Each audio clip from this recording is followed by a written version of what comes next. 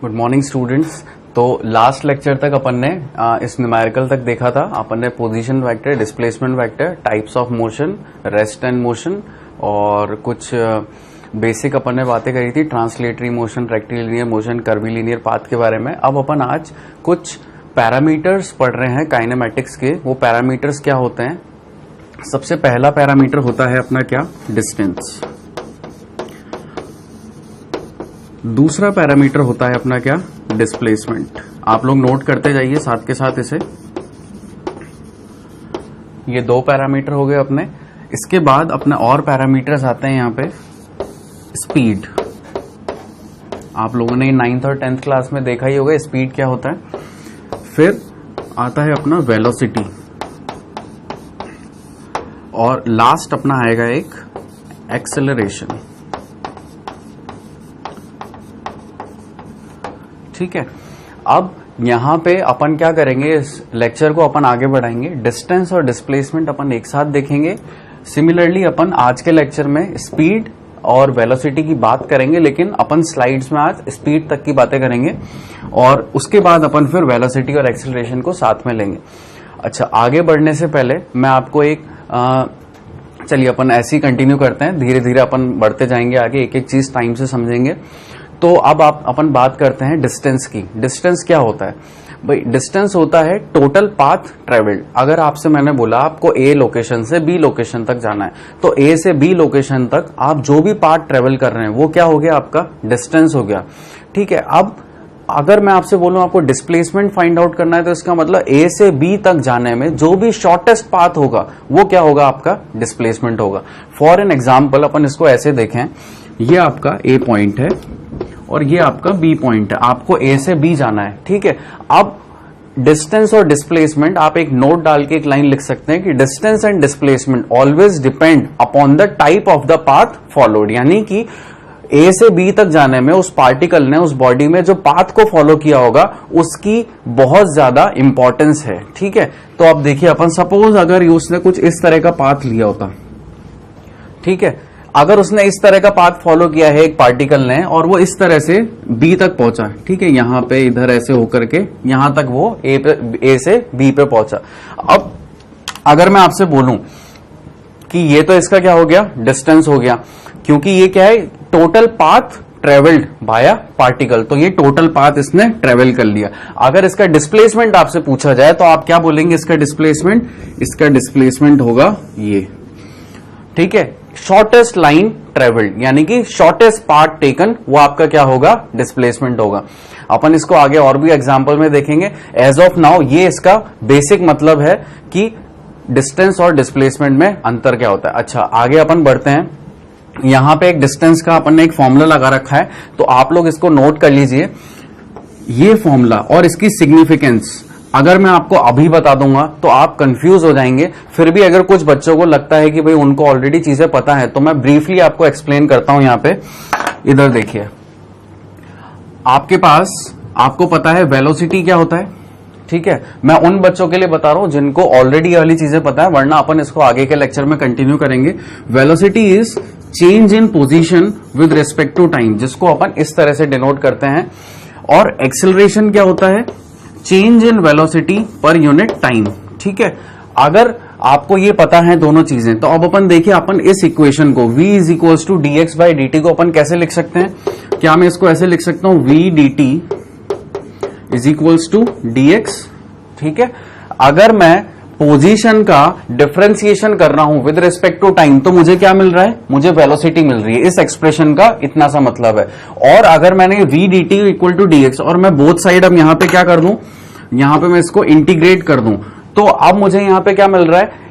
v d t को integrate करने से मुझे पोजीशन मिल रही है। ठीक है। तो यहां पे जो v है, सपोज अगर मैं आपको एक इक्वेशन दे दूं, वो इक्वेशन क्या है? Suppose v vector v x i cap plus v y j cap plus v z k cap. अगर आपको एक वेक्टर इक्वेशन दी हुई है, अपन वेक्टर पढ़ चुके हैं, इस तरह की इक्वेशन होती है। अगर आपसे कोई बोले कि इसका मैग्नीट्यूड फाइंड करो, तो आप क्या करते हैं, उसका मैग्नीट्यूड ऐसे लिखते हैं या सिर्फ v लिख देते हैं, और इसका मैग्नीट्यूड आप क्या लिखते हैं, under root of v x square plus v y square plus v z square, इस तरह से आप लिखते हैं, और ये इसका क्या आ जाता है, मैग्नीट्यूड आ जाता है।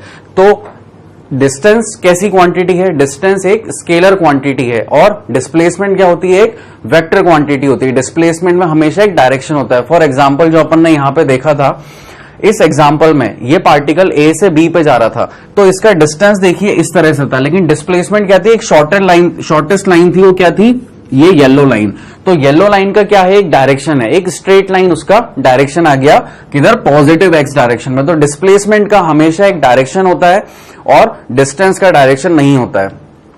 अपन आगे और चलते हैं, तो आपको ये वाली चीज समझ में आई। यहां पे अपन ने ये अगर v वेक्टर था, तो अपन को क्या लेना था, अपने को स्केलर क्वांटिटी लेनी, यानी कि अपने को सिर्फ मैग्नीट्यूड लेना था। तो अगर ये v वेक्टर है, तो इसका मैग्नीट्यूड क्या हो जाएगा, ये इसका मैग्नीट्यूड हो जाएगा। तो अपन ने यहां पे क्या किया, अगर मैं इस v की जगह पे ऐसे लिख दूं, यहां पे integration of under root of v x square plus v y square plus v z square और dt, ठीक है, इज इक्वल्स टू, यहां पे dx आएगा। dx को सपोज अपन ने इंटीग्रेट करके क्या लिख दिया, d लिख दिया, तो d इज इक्वल टू आपका ये आ गया, और यही आपका यहां पे क्या लिखा हुआ है, फॉर्मूला लिखा हुआ है। बट फिर भी जिन बच्चों को ये वाली चीज नहीं पता थी कि अपन v is equal to d x by d t या a is equal to d v by d t कैसे आए ये, तो अपन इसको आगे देखेंगे। कुछ भी नहीं है, ये इंस्टेंटेनियस वेलोसिटी है और ये इंस्टेंटेनियस एक्सेलरेशन है। बट ये आया कैसे, अपन आगे लेक्चर में जब प्रोसीड करेंगे तो देखेंगे। बट कुछ स्टूडेंट हैं एक्स्ट्रा ऑर्डिनरी, जिनको पता था, तो उनके लिए मैंने ये वाली चीज यहां पे एक्सप्लेन कर दी। चलिए आगे देखते हैं, अपन इसके कुछ पॉइंट्स देखते हैं,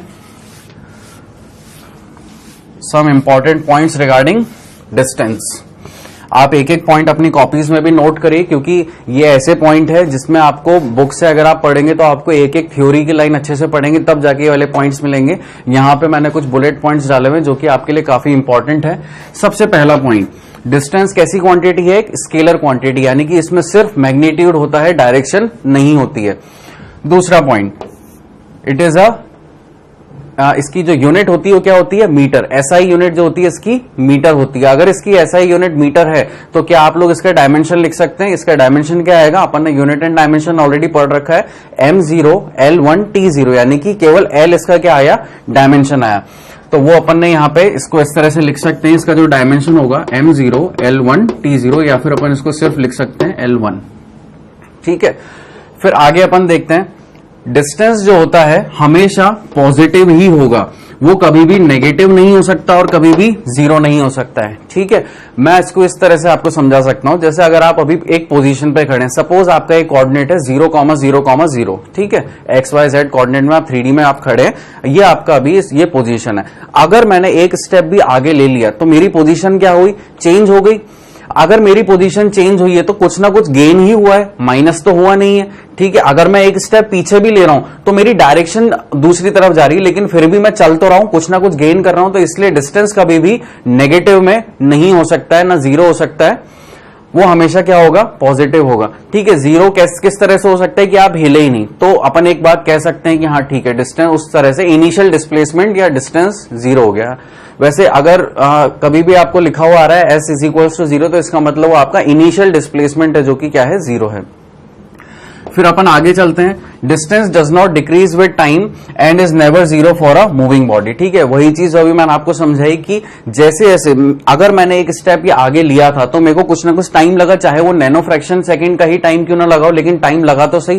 तो उस टाइम में मैं कुछ ना कुछ चला, तो मैंने कुछ ना कुछ गेन किया डिस्टेंस। तो हमेशा टाइम के साथ डिस्टेंस बढ़ेगा ही सही, और वो जीरो कभी नहीं हो सकता अगर आप मूविंग है तो, ठीक है, यानी कि अगर आप चल रहे हैं तो। फिर अगला पॉइंट अपन देखते हैं कि डिस्टेंस का जो मैग्नीट्यूड होगा वो हमेशा हमेशा डिस्प्लेसमेंट से ज्यादा होगा। अभी अपन ने एक एग्जांपल देखा था, मैं वाला एग्जांपल फिर से आपके सामने ड्रॉ करता हूं।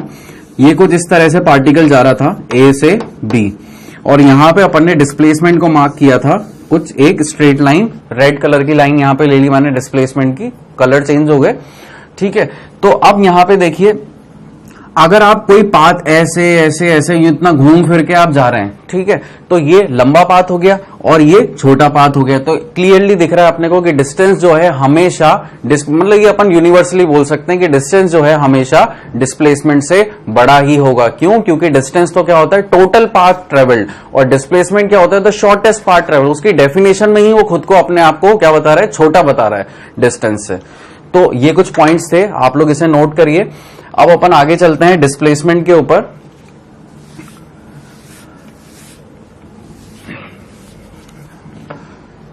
तो यहां पे अब डिस्प्लेसमेंट की बात अपन करते हैं। डिस्प्लेसमेंट को अपन ने एक और तरह से डिफाइन कर सकते हैं, final position minus initial position. अपन ने वेक्टर में देखा था, अगर मैं इसको डेल्टा एस लिखूं तो यहां पे मैं क्या लिख सकता हूं, S final minus S initial, या फिर अगर मैं इसको डी से रिप्रेजेंट करूं तो D final minus D initial. तो यहां पे जो एस एफ है ये क्या है, फाइनल डिस्प्लेसमेंट,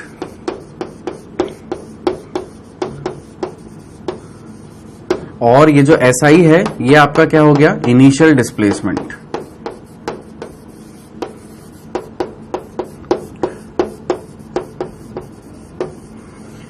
ठीक है, तो अपन इसको दोबारा से उसी एग्जांपल से देखें। मैं एक ही एग्जांपल आपको रिपीट कर रहा हूं, चेंज नहीं कर रहा हूं ताकि आपको समझ में आए। ठीक है, और यहां पे अपन एक लाइन लेते हैं ये डिस्प्लेसमेंट की, जो कि कुछ इस तरह से आई।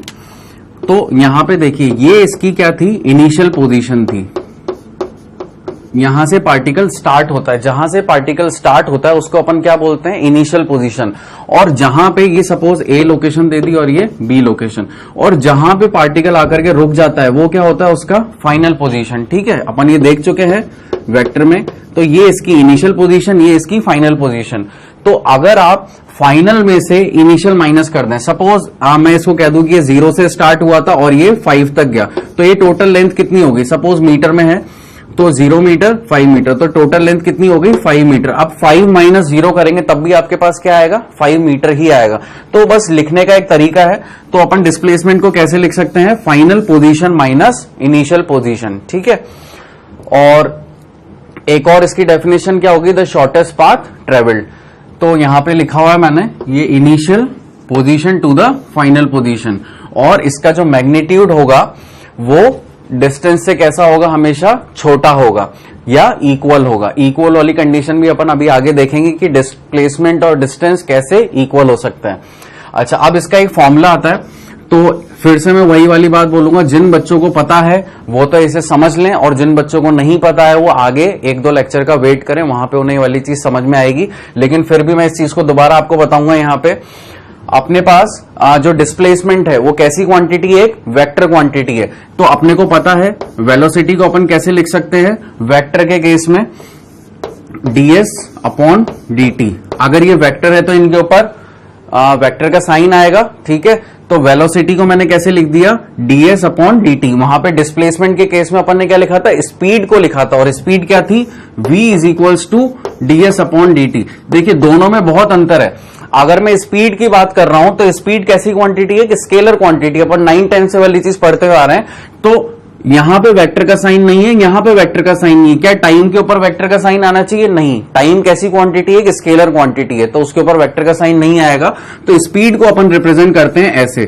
तो यहां पे अपन ने देखा था ये जो v था ये क्या हो जाएगा, फिर अगर आपको मैंने बोला कि v क्या है, v वेक्टर एक ये इक्वेशन है, तो केवल v क्या होगा, इसका मैग्नीट्यूड होगा। तो यहां पे क्या था, ये स्केलर क्वांटिटी है तो मैग्नीट्यूड था, और उसके बाद अपन ने बोथ साइड इंटीग्रेशन करके डिस्टेंस का फॉर्मूला निकाला। सिमिलरली अपन क्या करेंगे डिस्प्लेसमेंट के केस में, यहां पे v vector into dt is equals to ds vector.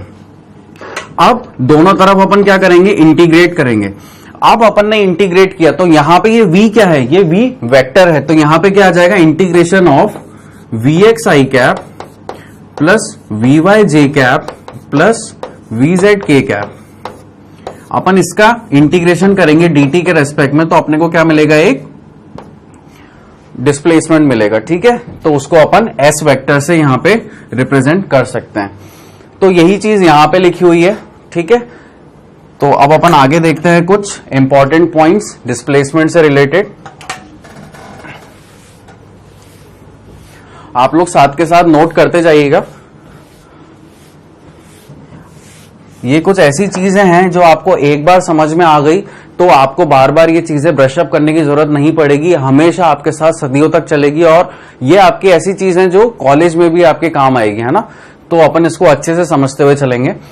तो अब कुछ इंपॉर्टेंट पॉइंट्स आ रहे हैं डिस्प्लेसमेंट से रिलेटेड, तो कुछ अपन रिवाइज कर सकते हैं कि इसकी यूनिट क्या होगी, मीटर होगी, इसका डायमेंशन क्या होगा, एल होगा, ठीक है। तो ये इसकी यूनिट दे रखी है मीटर, और इसका डायमेंशन क्या हो गया, ये हो गए, जिसको अपन ये लिख सकते हैं। फिर ये कैसी क्वांटिटी है, एक वेक्टर क्वांटिटी है। क्यों? क्योंकि मैंने आपको बताया डिस्प्लेसमेंट हमेशा क्या होता है, उसमें डायरेक्शन होता है और मैग्नीट्यूड तो होता ही है। तो ये दो चीजें अपनी सेटिस्फाई हो गई। अच्छा, अब डिस्प्लेसमेंट जो है पॉजिटिव भी हो सकता है, नेगेटिव भी हो सकता है और जीरो भी हो सकता है। तो जीरो की भी कंडीशन अपन देखेंगे कि जीरो कैसे हो सकता है। नेगेटिव तो क्या, सब अभी अपन आगे साइन कन्वेंशन भी देखेंगे। तो साइन कन्वेंशन में क्या होता है, अगर आप पॉजिटिव एक्स डायरेक्शन में चल रहे हैं तो यहां पे अपन डिस्प्लेसमेंट पॉजिटिव ले सकते हैं, मतलब एक अपन जनरलाइज रूल बनाते हैं। और ये अगर माइनस एक्स में है तो अपन यहां पे नेगेटिव लेते हैं।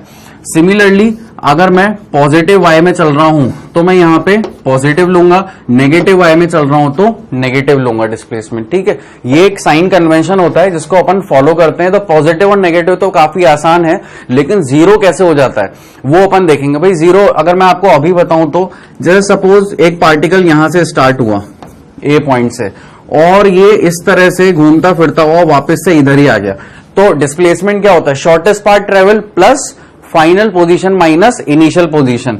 तो ये ए जो थी इसकी, ये इनिशियल पोजीशन थी और ये इतना चला और फाइनली आकर के कहां रुक गया, वापस उसी पॉइंट पे आ गया। तो फाइनल पोजीशन और इनिशियल पोजीशन क्या होगी, सेम हो गई।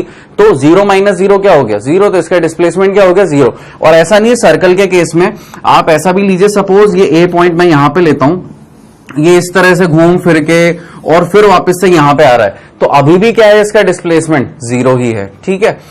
तो ये अपने पॉइंट, ये अपना थर्ड पॉइंट हो गया। अब अपना चौथा पॉइंट क्या है यहाँ पे, the magnitude of displacement will always be laser, यानी कि जो अपन ने डिस्प्लेसमेंट में देखा उसी का क्या है, ये वाइस वर्सा पॉइंट है, ठीक है।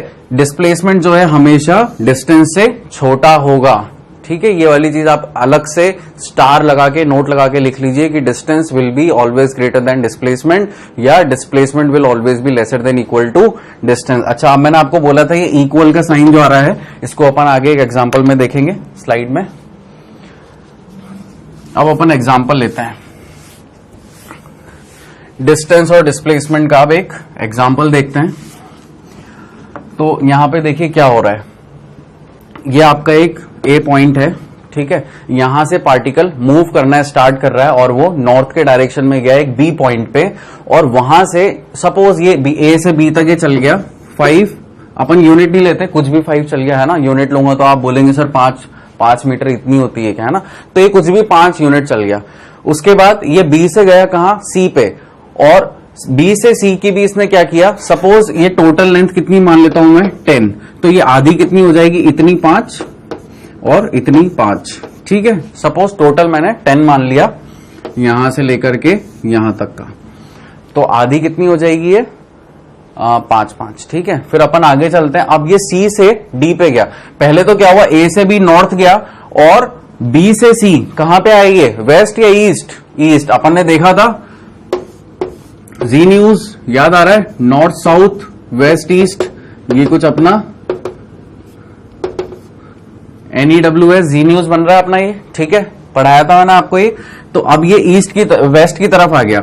अब वेस्ट से ये कहां जाएगा, नॉर्थ की तरफ वापस से जा रहा है, और कहां पे, डी पोजीशन पे जा रहा है। और यहां पे भी अपन इसको कितना दे रहे हैं, कुछ 5 यूनिट, ठीक है। लेट्स अपन एक एग्जांपल लेकर के चल रहे हैं।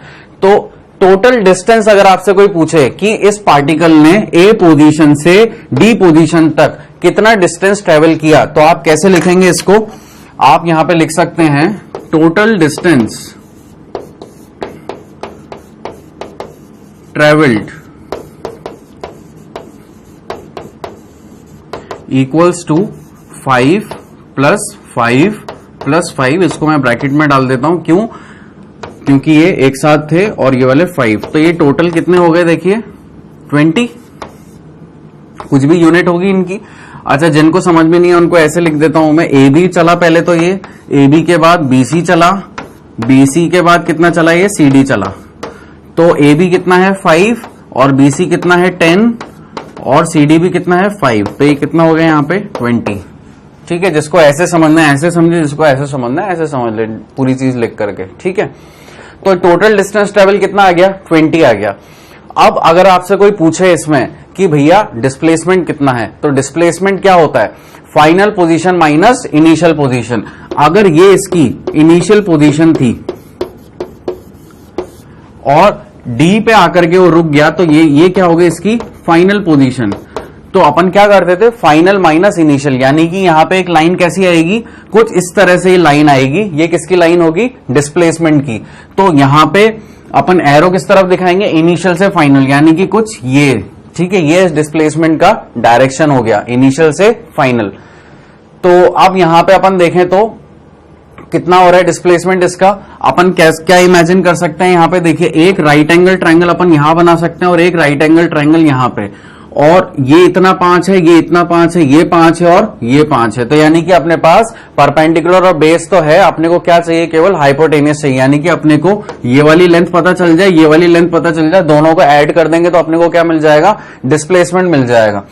तो देखिए यहां पे डिस्प्लेसमेंट कितना आएगा, पाइथागोरस थ्योरम लगाऊंगा मैं यहाँ पे। पाइथागोरस थ्योरम आपको पता है, हाइपोटेनियस का square is equals to perpendicular square plus base square. तो यहाँ पे परपेंडिकुलर और बेस कितना है, 5 स्क्वायर प्लस 5 स्क्वायर, यानी कि under root of 50। Under root of 50 को मैं क्या लिख सकता हूँ, 5 इंटू 2, यानी कि 5 रूट 2, 5 5 is 25, 25 2 is 50। तो 5 रूट 2 मैं लिख सकता हूं किसे, इसको, कितनी लेंथ को, अगर सपोज मैं इसको ई बोल देता हूं तो डीई लेंथ मेरी कितनी होगी भाई, डीई मेरे पास कितना आ गया 5 रूट 2, और ए बी और बीई मेरे को पता है कितना है 5 5 है, तो यानी कि मेरा एई भी कितना आएगा 5 रूट 2। और डिस्प्लेसमेंट मेरा था क्या, शॉर्टेस्ट डिस्टेंस ट्रेवल्ड, यानी कि डिस्प्लेसमेंट है क्या, डीई प्लस एई, और पूरी लेंथ देखा जाए तो क्या है एडी, है ना, डिस्प्लेसमेंट क्या है मेरे पास एडी। तो एडी को अपन ऐसे लिख सकते हैं डीई प्लस एई, तो ये मेरे पास कितने आए 5 रूट 2 प्लस 5 रूट 2, तो ये कितना आंसर आ गया अपना 10 रूट 2। तो अगर आपसे कोई पूछे कि डिस्प्लेसमेंट कितना है, तो आप क्या लिख सकते हैं, डिस्प्लेसमेंट आपका कितना है 10 रूट 2। तो आप लोग यहां तक की चीजें नोट करिए, फिर अपन आगे देखते हैं। तो आप लोगों ने नोट किया यहां तक। अब अपन एक और एग्जाम्पल देखेंगे, ये डिस्टेंस और डिस्प्लेसमेंट के ऊपर ही है ये एग्जाम्पल भी, लेकिन ये क्लॉक के फॉर्मेट में है। डिस्टेंस और डिस्प्लेसमेंट इतनी इजी टर्म्स है कि कोई भी इसके ऊपर आपसे डायरेक्ट क्वेश्चन नहीं करेगा, जो भी क्वेश्चन करेगा वो थोड़ा सा घुमा फिरा के करता है इसमें। तो अब यहाँ पे एक क्लॉक है, ठीक है, 12 3 6 9 एक क्लॉक है यहाँ पे। ये अभी इसमें आप एक क्लॉक में क्या होता है, एक आवर हैंड होता है, एक मिनट हैंड होता है और एक सेकंड हैंड होता है। तो यहां पे आप क्या करिए, ये जो दोनों के दोनों आपको हैंड दिख रहे हैं ये क्या है, मिनट हैंड है। यहां पे अपन ने आवर और सेकंड हटा रखे हैं, तो आप इसको क्या करिए, एक डॉट लाइन मान सकते हैं आप इसे, ठीक है। ये पहले 12 पे था और ये ऐसे घूम करके कुछ 9 पे आ गया। अपने को आवर और सेकंड मतलब हाँ, आवर और मिनट से अपने को कोई मतलब नहीं है, आवर और सेकंड से अपने को कोई मतलब नहीं, अपने को किससे मतलब है, केवल ये मिनट हैंड से, जो कि इस तरह से घूमता हुआ, ये यहां से इस तरह से घूमता हुआ फिर यहां पे आकर के रुक गया, ठीक है। तो अब क्वेश्चन कैसे पूछा जाता है कि भाई इसमें आपको डिस्टेंस और डिस्प्लेसमेंट फाइंड आउट करना है। तो डिस्टेंस कैसे अपन फाइंड आउट कर सकते हैं, सबसे पहले अपने को क्या लिखना है कि ये अपना इनिशियल पॉइंट था, ठीक है। यहां से अपन ने अपनी जो भी अपनी मूवमेंट थी अपन ने स्टार्ट करी, तो ये अपना क्या हो गया, इनिशियल पॉइंट हो गया, और यहां पे आकर के अपन क्या हो गए, रुक गए। तो ये अपन ने क्या बोल दिया, फाइनल पॉइंट बोल दिया, ठीक है। और अगर इसको मैं ए लोकेशन बोल दूं और इसको बी बोल दूं, तो ये इस तरह का इसका मूवमेंट, एक सर्कुलर पाथ में इसने मूवमेंट लिया है। घड़ी तो भाई उसी तरह से मूवमेंट लेगी, घड़ी की सुइयां तो अब यहां से अगर आपको कोई पूछ रहा है कि इसका डिस्टेंस कितना है और डिस्प्लेसमेंट कितना है, तो भाई डिस्प्लेसमेंट तो क्या होता है, फाइनल माइनस इनिशियल, यानी कि ये जो लाइन है ये क्या हो गया, इसका डिस्प्लेसमेंट हो गया। अगर ये इसका डिस्प्लेसमेंट है इनिशियल से फाइनल तक का, तो यहां पे आप देख रहे हैं इसका सेंटर कितना है O, और इसकी रेडियस कितनी दे रखी है r। अगर ये रेडियस है तो ये भी रेडियस ही है भाई, ये भी यहां से यहां तक है, ये भी यहां से यहां तक है, ठीक है। r और r आपको मिल गए, यानी कि अगर मैं इसको कह दूं कि ये एक राइट एंगल ट्रायंगल है तो यहां पे भी आपके पास क्या आ गए, परपेंडिकुलर और बेस आ गए। अगर आप हाइपोटेनियस फाइंड आउट कर लेंगे तो क्या आपको यहां पे इसका डिस्प्लेसमेंट मिल जाएगा बड़े आसानी से। तो अपन क्या लिख सकते हैं, h square is equals to p square plus b square. अब अगर मैं इसको ए दे दिया, इसको बी दे दिया और इसको ओ दे दिया, तो यानी कि अपना क्या निकाल रहा है अपने को, A B square is equals to A O square plus B O square. यहां पे ए ओ और बी ओ आपको कितना दे रखा है, A O is equals to B O is equals to R, ये आपको गिवन है।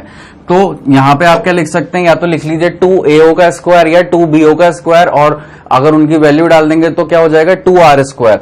तो अपन क्या लिख सकते हैं, AB square is equals to twice of R square. और अगर मैं देखिए अब AB स्क्वायर से अगर मैं स्क्वायर हटा दूं तो यहां पे क्या आ जाएगा, अंडर रूट आ जाएगा। तो ये आंसर कितना आ गया, √2R, यानी कि ये लेंथ कितनी आ गई अपने पास, √2R। तो डिस्प्लेसमेंट कितना आ गया अपने पास। अब अपन बोल सकते हैं कि अपना जो डिस्प्लेसमेंट आया ये कितना आ गया अपना, √2R। काफी आसान था डिस्प्लेसमेंट निकालना। तो अब अपने को क्या करना है, इसका डिस्टेंस फाइंड आउट करना है। तो डिस्टेंस कैसे होगा, टोटल पाथ ट्रेवल। तो पाथ तो कितना इसने फॉलो किया, देखिए ये यहां से, ये जो भी लाइन मैंने व्हाइट से बनाई है, व्हाइट कलर से जो भी आपको एक लाइन दिख रही है, ये क्या है, इसका टोटल पाथ फॉलोड है। अगर ये इसका टोटल पाथ फॉलोड है तो क्या यही अपन क्या कहेंगे, इसको डिस्टेंस कहेंगे। तो अब अगर मैं आपसे पूछूं कि सरकमफेरेंस ऑफ अ सर्किल कितना होता है, सबको पता है, सबने मैथ्स पढ़ी है, 2πr 10th क्लास तक की मैथ्स में मेंसुरेशन में दिया जाता है ये, जहां पे आपको cuboid, circle, square, rectangle, cuboid, parallelogram, trapezium, सबके आपको फॉर्मूले दिखाए जाते हैं। सिलेंडर भी होता है गिवन, उसके टोटल सरफेस एरिया, पैरामीटर सब बताया जाता है। तो सरकमफेरेंस ऑफ अ सर्किल कितना होता है, 2πr। और आपको रिकॉल करने के लिए बता दूं कि एरिया ऑफ अ सर्किल, हालांकि ये अभी अपने काम नहीं आएगा लेकिन फिर भी πr स्क्वायर, सर्किल से बात हो रही है तो अपन ने दोनों चीजें देख ली। सरकमफेरेंस ऑफ अ सर्किल कितना हो गया 2πr, और एरिया ऑफ अ सर्किल कितना हो गया πr स्क्वायर। तो सरकमफेरेंस ऑफ अ सर्किल यानी कि ये पूरा का पूरा 2πr। अगर ये पूरा का पूरा 2πr है, और अगर मैं आपसे बात कर रहा हूं कितने की, आधे की, यहां से लेकर के यहां तक की, तो ये कितना हो जाएगा 2πr/2, आधा हो जाएगा, यानी कि πr। ये आधा सर्किल कितना हो गया, πr। तो अपन ये आधा सर्किल है, इसको अपन रेड से अगर मैं आपको बना के दिखाऊं तो ये आधा सर्किल तो कितना हो गया πr। अब बचा कितना अपने पास, आधे का भी आधा, क्योंकि अपने को तो भाई ये वाली लेंथ भी चाहिए, ये वाली जो व्हाइट है इतनी, तो ये वाला कितना हो गया, आधे का भी आधा, यानी कि टोटल डिस्टेंस कितना हो जाएगा अपने पास,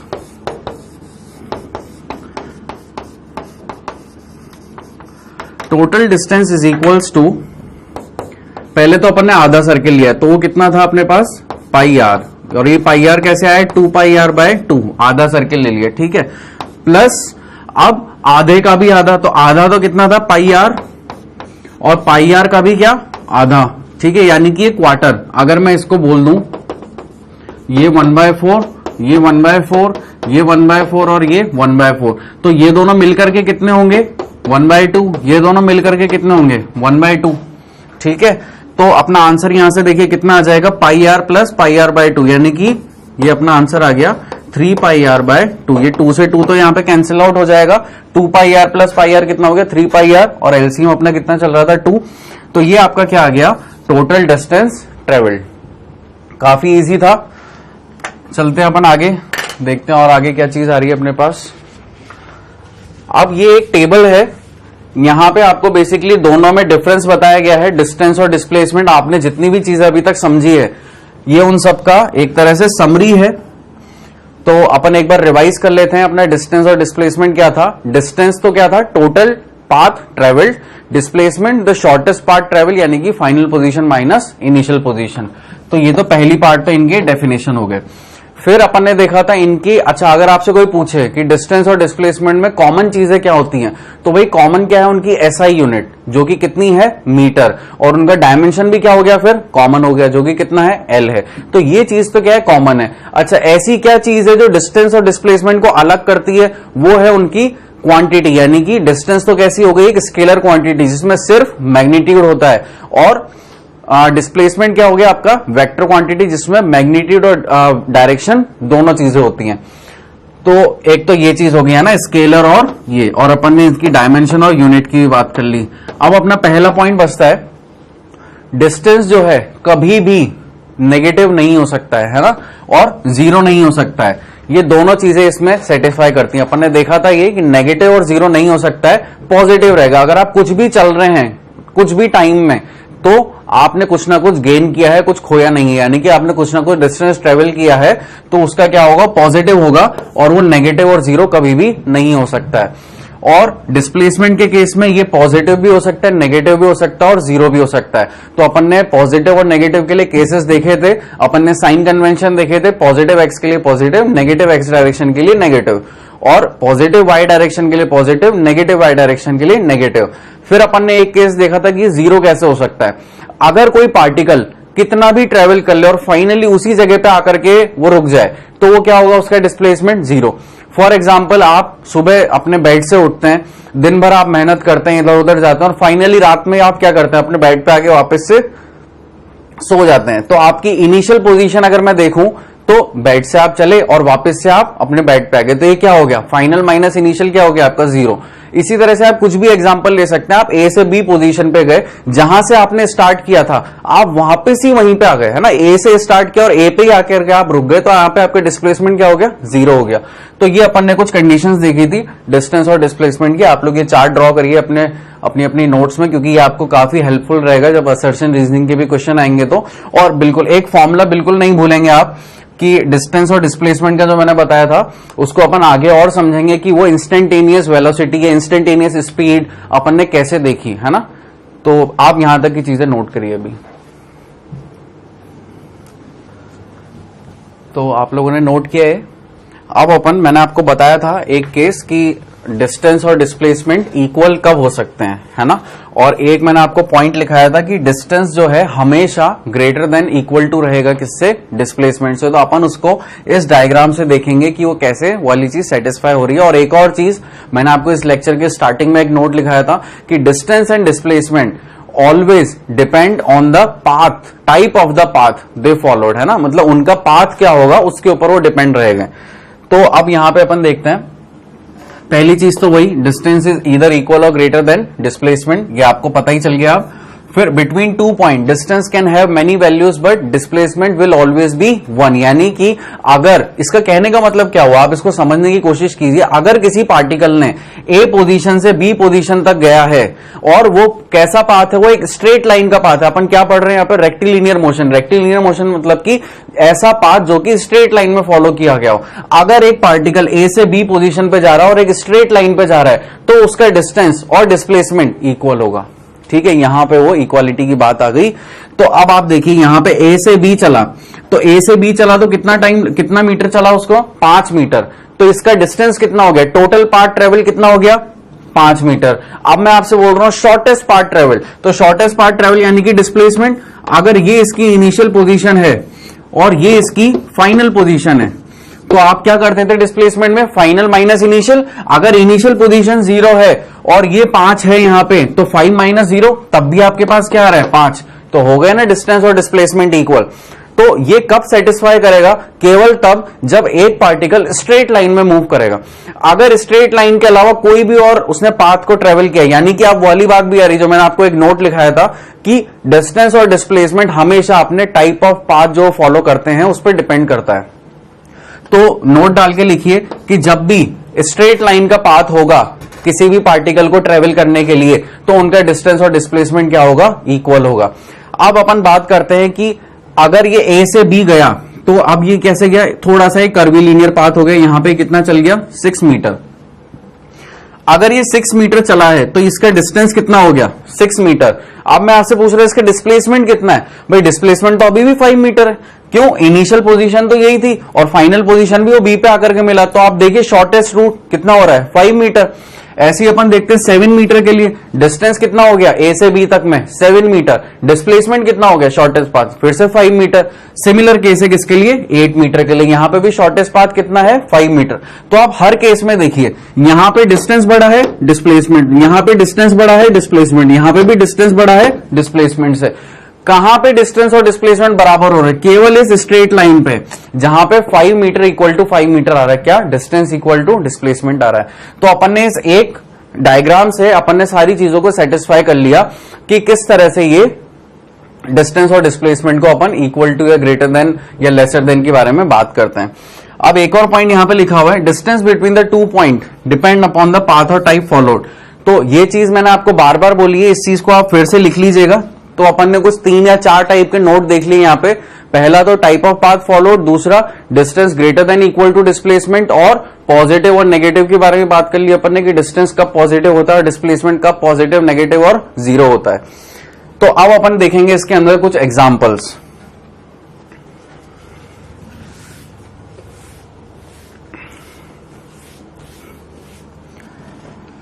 तो अब पहला एग्जांपल है अपने पास, a particle is moving in a circle of radius r।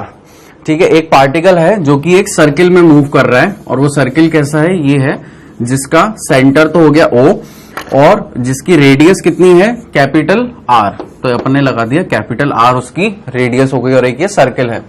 What is it displacement when it covers half of the circle. ठीक है, अगर ये पार्टिकल सपोज यहां से स्टार्ट कर रहा है और ये यहां तक आ रहा है, यानी कि आधे सर्किल तक, तो मैं इसके ऊपर और ड्रॉ कर देता हूं ये ब्लू लाइन। ठीक है, ये पार्टिकल ए पोजीशन से स्टार्ट हुआ और बी पोजीशन पे आया, यानी कि इसने केवल half of the circle travel किया है। तो ये पूछ रहा है कि यहां पे इसका डिस्प्लेसमेंट क्या होगा। तो ए पोजीशन यानी कि इसको मैं क्या बोल सकता हूं? Initial position.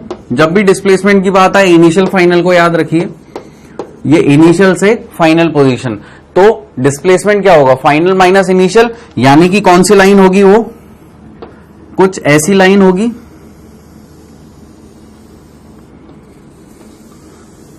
ठीक है, कुछ ऐसी लाइन होगी वो डिस्प्लेसमेंट की। तो आपको पता है कि ये क्या है? इसका सेंटर है।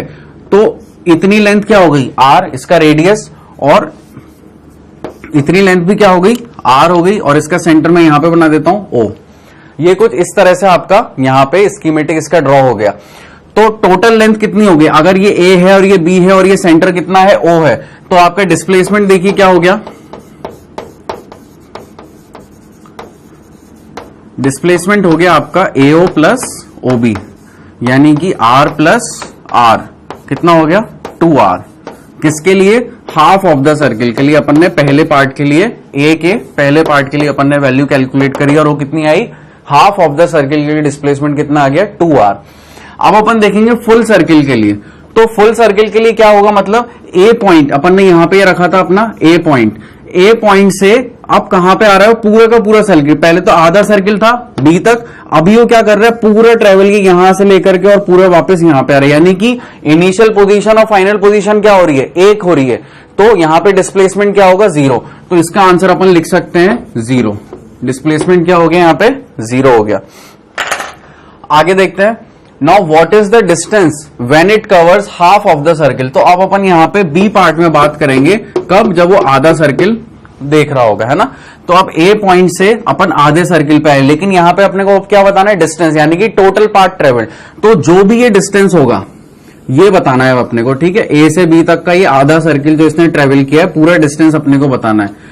तो सरकमफेरेंस ऑफ अ सर्किल आपको पता है पूरा इसका कितना होता है? 2 पाई आर। तो आधा कितना हो जाएगा? पाई आर। तो अपन क्या लिख सकते हैं? पाई आर। इसका क्या हो गया? डिस्टेंस हो गया फॉर हाफ सर्किल। अब आपसे क्या पूछ रहा है? वो डिस्प्लेसमेंट पूछ रहा है, ओ सॉरी, फुल सर्किल का डिस्टेंस पूछ रहा है। तो ए पॉइंट से यहां तक चले और वापस से पूरा यहां पे आ गए, तो ये तो क्या हो गया? इसका सरकमफेरेंस ही हो गया। तो ये कितना हो गया? 2 पाई आर। ये इनके आंसर हो गए। समझ में आया अपन ने क्या किया है यहाँ पे? जैसा अपन ने क्लॉक वाली प्रॉब्लम ली थी, वो मैंने प्रॉब्लम ही इसलिए ली थी क्योंकि आपको सर्कल से रिलेटेड ये तो समझाने वाली बात हो जाती है, लेकिन जो प्रॉब्लम्स आती हैं आपके एग्जाम में वो क्लॉक से रिलेटेड आएगी। कभी 7 बजा रहे होंगे, उसमें 7:30 पे कोई आया, फिर 8:30 पे कोई चला गया, मतलब काइंड ऑफ एप्टीट्यूड हो गया। इतना भी इजी नहीं आएगा, लेकिन फिर भी थोड़ा सा घुमा फिरा के वो लोग क्वेश्चन पूछ सकते हैं आपको डिस्टेंस और डिस्प्लेसमेंट में। तो अपने बेसिक्स अच्छे होंगे, अपने को पता होगा डिस्टेंस और डिस्प्लेसमेंट के बारे में, तो अपन उसको आसानी से कर सकते हैं। अगला क्वेश्चन लेते हैं अपन।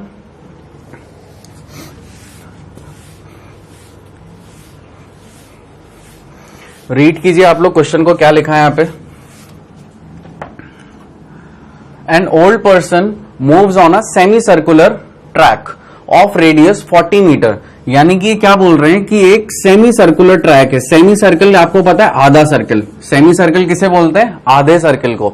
तो ये एक सेमी सर्कुलर क्या है, ट्रैक है। ए से बी अपन इसको बोल देते हैं पोजीशन। तो ये अपनी क्या हो जाएगी, इनिशियल पोजीशन, और ये हो गई अपनी क्या, final position during a morning walk. ठीक है, मॉर्निंग वॉक ले रहा है वो एक सेमी सर्कुलर ट्रैक पे, जो कि कितना है, 40 मीटर का है। ठीक है, रेडियस। तो अगर 40 मीटर की उसकी रेडियस है, तो यानी कि अगर ये इसका सेंटर है ओ, तो ये कितना हो गया, 40। अगर ये 40 है, तो जो ये वाली लेंथ होगी रेडियस, ये भी कितना होगा, 40। भाई रेडियस तो सेम ही रहेगी। ठीक है, फिर आगे क्या बोल रहा है, if he starts at one end of a track and reaches the other and, find the distance covered and the displacement of the person. यानी कि दोनों चीजें पूछ रहा है। वो क्या बोल रहा है कि अगर उसने एक एंड से, आप कोई सा भी एंड ले सकते हैं, जरूरी नहीं आप यहां से लें, आप यहां से भी लेंगे तब भी आंसर आपका सेम आएगा। तो अगर आपने इसको ले लिया अपना इनिशियल एंड, और यहां से आप जा रहे हैं अपने एक फाइनल पोजीशन पे, तो वो पूछ रहा है कि यहां पे डिस्टेंस कितना होगा और डिस्प्लेसमेंट कितना होगा। तो डिस्प्लेसमेंट तो अपन बता सकते हैं कितना होगा, फाइनल माइनस इनिशियल। ठीक है, तो ये कितना हो गया टोटल, 40 40 80। तो ये वाला पॉइंट क्या हो गया आपका 80, और ये वाला पॉइंट क्या हो गया 0। तो या तो लिख दो 80 माइनस 0, तो कितना आ गया 80 मीटर। और नहीं तो आप क्या लिख सकते हैं, आपको पता है कि टोटल आपका जो डिस्प्लेसमेंट है वो क्या है, ए बी लाइन है, शॉर्टेस्ट पाथ ट्रेवल्ड है, क्योंकि ये तो आपका क्या है, लॉन्ग पाथ हो गया, टोटल पाथ हो गया, और ये क्या हो गया आपका ए बी, शॉर्टेस्ट पाथ हो गया। तो आप क्या लिख सकते हैं, तो फाइनल माइनस इनिशियल लिखिए, और इसके अलावा आप क्या लिख सकते हैं, ए बी। और ए बी को भी आप कैसे ब्रेक कर सकते हैं, एओ प्लस ओबी। तो एओ कितना है आपके पास 40, और ओबी भी आपके पास कितना है 40। तो ये टोटल आपका कितना आ गया 80 मीटर, और ये भी अपना कितना था, मीटर में था। तो 80 मीटर आपका क्या आ गया, डिस्प्लेसमेंट आ गया। तो आप यहां पे तो क्या लिख सकते हैं कि भाई 80 मीटर, तो इसका क्या हो गया, डिस्प्लेसमेंट हो गया। अब अपने को बात करनी है किसकी, डिस्टेंस की। तो डिस्टेंस क्या होगा, टोटल पाथ ट्रेवल। यानी कि ये जो ब्लू लाइन आपको दिख रही है, ए से बी तक जाने में कुछ इस तरह से जो ये आ रही है, ये वाली लाइन का टोटल डिस्टेंस कितना हुआ। तो आपको पता है सर्कमफेरेंस ऑफ अ सर्किल कितना होता है, 2 पाई आर। और ये क्या है, सेमी सर्किल है, यानी कि आधा सर्किल है, तो 2 पाई आर बाय 2। तो डिस्टेंस निकालने के लिए अपन ने क्या किया, 2 पाई आर बाय 2 कर दिया पहले तो अपने पास कितना आया, पाई आर। और आर की वैल्यू अपने को पता है कितनी है, 40 मीटर। तो अपन ने यहां पे आर की वैल्यू पुट कर दी कितनी, 40। तो आंसर कितना हो गया, 40 पाई और मीटर में। ठीक है, ये अपना क्या हो गया, डिस्टेंस आ गया।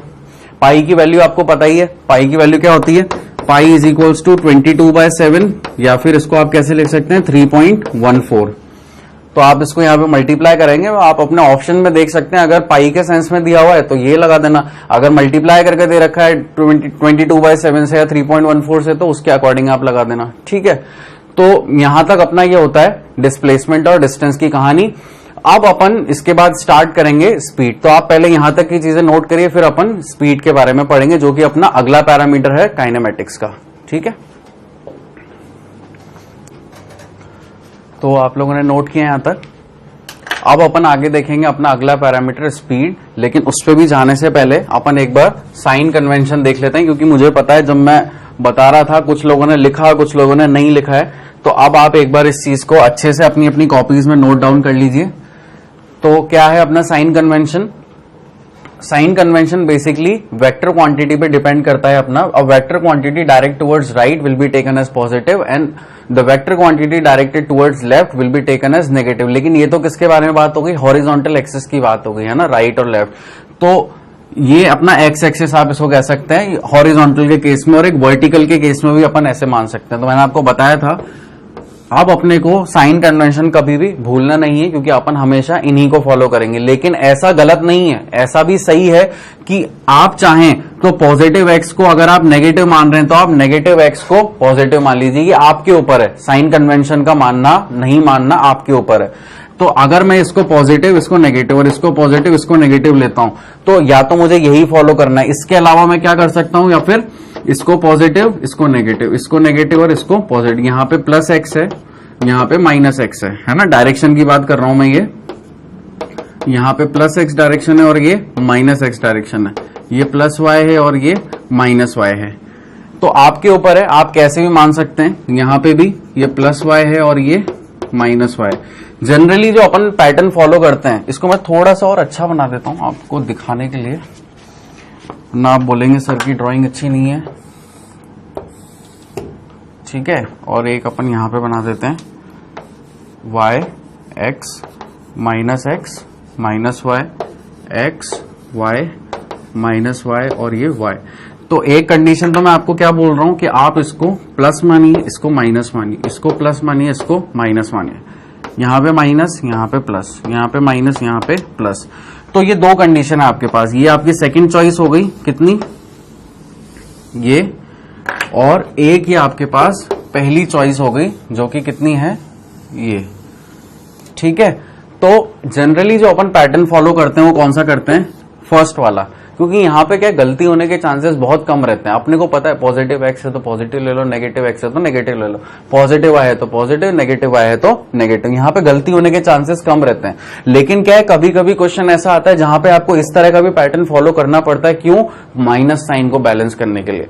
अब कभी कभी ऐसा हो सकता है कि प्लस एक्स में आपको क्या दे रखा हो, माइनस में कुछ दे रखा हो, मतलब रिलेटिव वेलोसिटी में। और यहां पे अपन जब क्वेश्चन देखेंगे तो पता चलेगा कभी कभी ऐसा दिया होता है। तो अपन कभी कभी माइनस साइन को बैलेंस करने के लिए, प्लस साइन को बैलेंस करने के लिए अपन ये वाला पैटर्न भी फॉलो कर लेते हैं। लेकिन फिर भी ज्यादा अच्छा क्या है अपन ये करें, क्योंकि जब अपन जिस भी पैटर्न को ज्यादा यूज करेंगे क्वेश्चन लगाते टाइम वही याद आएगा अपने को। और अगर अपन ने उसमें कोई भी गलती कर दी प्लस माइनस की, तो आंसर पूरा का पूरा अपना बिगड़ जाता है। तो अपन कोशिश करें कि यही वाला साइन कन्वेंशन अपन यूज करें। चलिए, तो अब अपन आते हैं स्पीड के ऊपर। यहां तक की चीजें आप नोट करें। और अब अपन देखेंगे क्या, स्पीड। आज अपन इसके बारे में ज्यादा बातें नहीं करेंगे, काफी देर हो गई है अपने को आज। तो अपन इसके बारे में कुछ मैं आपको जनरल बातें बताऊंगा, आप उसको केवल नोट डाउन कीजिएगा अपनी कॉपीज में। तो स्पीड होती क्या है, बचपन से आप लोग देखते आ रहे हैं अपनी 9th और 10th क्लास में, speed is nothing but distance upon time. Speed is equals to distance upon time. हमेशा से अपन ने ये वाला फॉर्मूला याद रखा है। अब आप बड़े हो चुके हैं तो अब आपको कुछ एक्स्ट्रा बातें भी याद रखनी। तो वो क्या बातें हैं कि स्पीड कैसी क्वांटिटी है, एक स्केलर क्वांटिटी है। तो जल्दी से लिखिए अपनी अपनी कॉपीज में, speed is a scalar quantity. और इसकी यूनिट क्या होती है, इसकी यूनिट होती है मीटर पर सेकेंड। अब अगर इसकी यूनिट मीटर पर सेकेंड है तो क्या आप लोग इसका डायमेंशन लिख सकते हैं, ये एल और ये टी। तो इसका डायमेंशन क्या आ गया, एल टी इनवर्स 1। क्या इसमें मास आएगा, नहीं। एम कितना होगा, यहाँ पे 0 होगा। तो अपन ने लिखा क्या, speed is equals to distance upon time metre per second, और उसका डायमेंशन अपन ने इस तरह से लिख दिया। अब यहां पे जो समझने वाली बात है, साइन का भी अपने को यहां पे ध्यान देना। अपन जो स्पीड है उसको एक नॉर्मल v से डिनोट करते हैं। अगर मैं इस v के ऊपर वेक्टर लगा दूंगा तो ये क्या हो जाएगा, वेलोसिटी हो जाएगा। क्यों, वेक्टर लगते से ही इसमें क्या आ गया, अब डायरेक्शन भी आ गया। भाई मैग्नीट्यूड तो पहले से ही था, ये v क्या है, अगर ये एक वेक्टर है तो ये क्या है, इसका मैग्नीट्यूड है। तो मैग्नीट्यूड जिसमें है सिर्फ, जिसमें डायरेक्शन नहीं है, सिर्फ मैग्नीट्यूड है, वो तो क्या हो गया, स्पीड हो गया। लेकिन जिसमें वेक्टर भी आ गया, यानी कि जिसमें डायरेक्शन भी आ गई मैग्नीट्यूड के साथ, वो क्या हो गया, अपना वेलोसिटी हो गया। अच्छा, वेलोसिटी और स्पीड में ज्यादा अंतर नहीं है, सिर्फ यही अंतर है कि स्पीड क्या है, स्केलर, और वेलोसिटी क्या है, वेक्टर। बाकी अगर यूनिट की बात करेंगे आप, तो यूनिट दोनों की मीटर पर सेकेंड होती है और डायमेंशन दोनों का सेम होता है। भाई जब यूनिट सेम है तो डायमेंशन भी सेम आएंगे, ठीक है। अब इसके बारे में अपन आगे बात करें तो एवरेज स्पीड के बारे में अगर मैं आपसे बात करूं तो ये तो नॉर्मल स्पीड हो गई जो कि अपन सब लोग अभी तक पढ़ते हुए आए। अब नॉर्मल अपन आगे बात करें तो कुछ पॉइंट्स ले लेते हैं अपन। और वैसे भी स्पीड जो आपकी क्या होती है, change in position with respect to time. ठीक है, यानी कि अगर आप यहां पे आज खड़े हैं और टाइम के साथ साथ अगर आपकी पोजीशन चेंज होती जा रही है तो यानी कि आप में कुछ ना कुछ गति आ रही है, आप में कुछ ना कुछ स्पीड आती जा रही है। तो उसको अपन कैसे डिफाइन करते हैं स्पीड को? एक तो इस तरह से भाई डिस्टेंस अपॉन टाइम, बात सेम ही है भाई। अपन चेंज को कैसे लिखते हैं? चेंज को अपन लिखते हैं डेल्टा से। तो ये delta x by delta T तो अपना क्या हो गया? बहुत बड़ा चेंज अपन ने रिप्रेजेंट कर दिया। और अगर मैं इसको ऐसे लिख दूं dx बाय dt, तो ये क्या हो जाएगा? यहां पे ये स्मॉल चेंज को रिप्रेजेंट करता है ना, बहुत ही ज्यादा नेग्लिजिबल, जो कि बहुत छोटा, जो अपने को दिखता भी नहीं है माइक्रोस्कोप से भी अगर अपन देखें तो इतना छोटा चेंज, उसको अपन कैसे रिप्रेजेंट करते हैं? dx बाई dt से। देखा था अपन ने, जो अपन बेसिक मैथ्स पढ़ रहे थे, ज्योमेट्रिकल मीनिंग ऑफ डिफरेंशिएशन जो अपन ने देखा था, तो सबसे जो छोटा चेंज होता है उसको अपन रिप्रेजेंट करते हैं dx बाई dt से, और थोड़ा सा जो बड़ा चेंज होता है उसको अपन डेल्टा से रिप्रेजेंट करते हैं। ठीक है, तो अब अपन कुछ इंपॉर्टेंट पॉइंट्स देख लेते हैं स्पीड के रिगार्डिंग। तो सबसे पहली चीज मैंने आपको बता दी, it is a scalar quantity which is having only the magnitude, और इसकी एसआई यूनिट क्या होगी? मीटर पर सेकंड। इसका डायमेंशन अपन ने देख लिया कितना आया था? LT inverse 1। आप लोग इसको नोट करते जाइए, आप लोग के लिए लिखा हुआ है ताकि समझाने के बाद आप लोग एक एक चीज को बुलेट पॉइंट बना के अपने अच्छे से नोट्स प्रिपेयर कर सकें। फिर अगला पॉइंट क्या है? स्पीड में भी इधर पॉजिटिव और zero but can not be negative, यानी कि उसका जो मैग्नीट्यूड होगा वो कभी भी मतलब स्पीड क्या होती है कि स्केलर क्वांटिटी, उसमें मैग्नीट्यूड है तो वो कभी भी नेगेटिव नहीं होगा, वो हमेशा कुछ ना कुछ होगा। अगर आप आज की इस पोजीशन पे खड़े हैं, टाइम के साथ आपने अपनी पोजीशन को चेंज कर दिया, आप यहां से कहीं और मूव ऑन कर लीजिए। सपोज ये एक पोजीशन है, यहां से अगर ये मूव ऑन करके यहां पे आ गई है तो कुछ ना कुछ टाइम में हुआ, तो यहां पे क्या हुआ? Change in position. देखिए पहले यहां पे थी, अब ये क्या हो गई? यहां पे आ गई। देखिए यहां से यहां पे आ गई, तो कुछ ना कुछ टाइम लगा इसको आने में, कुछ चाहे 1 सेकंड चाहे 2 सेकंड। तो change in position with respect to time, यही क्या है? आपकी स्पीड है। ठीक है, तो इसको अपन कैसे रिप्रेजेंट करते हैं? dx बाई dt से या फिर डिस्टेंस अपॉन टाइम से। ठीक है, अब यहां पे भी एक और चीज नोटिस करने की थी जो मैं आपको बताना भूल गया। यहां पे देखिए अपन ने एक चीज देखी, यहां पे मैं बता रहा हूं आपको v is equal to dx by dt। अब यहां पे जो क्वांटिटी है वो कैसी है? स्केलर क्वांटिटी है, इसलिए किसी पे भी वेक्टर नहीं आया है। लेकिन अगर ये वेलोसिटी के बारे में बात करता तो वेलोसिटी क्या होती है अपनी? dx vector upon dt। फिर से वही वाली बात, क्या टाइम के ऊपर वेक्टर आएगा? नहीं आएगा। टाइम कैसी क्वांटिटी है? एक स्केलर क्वांटिटी है। भाई टाइम आप कभी भी देखते हो कि यार 9 बज रहे हैं, तो आप ऐसे बोलते हो कि 9:02 हो रहे हैं ईस्ट के डायरेक्शन में, ऐसा तो नहीं बोलते। उसमें सिर्फ मैग्नीट्यूड होता है, इसलिए टाइम के ऊपर कभी भी वेक्टर का साइन नहीं आएगा। हमेशा वेलोसिटी के केस में अपन ऐसे लिखेंगे, v vector is equal to ds vector upon dt, और स्पीड के केस में अपन क्या लिखेंगे? v is equal to dx upon dt। ठीक है, ये x है, यहाँ पे s या x कुछ भी बोल दीजिए या फिर r ले लीजिए। अपन को रिप्रेजेंटेशन करने के लिए कोई ना कोई वेरिएबल चाहिए होते हैं, आप कुछ भी लगा सकते हैं जो भी आपको अच्छे लग रहा हो। फाइनली जो मेन जो कंसर्न है वो वेक्टर की है और स्केलर की है, तो वो आपको सेटिस्फाई हमेशा करनी होगी। आगे चलते हैं, एवरेज स्पीड देखते हैं।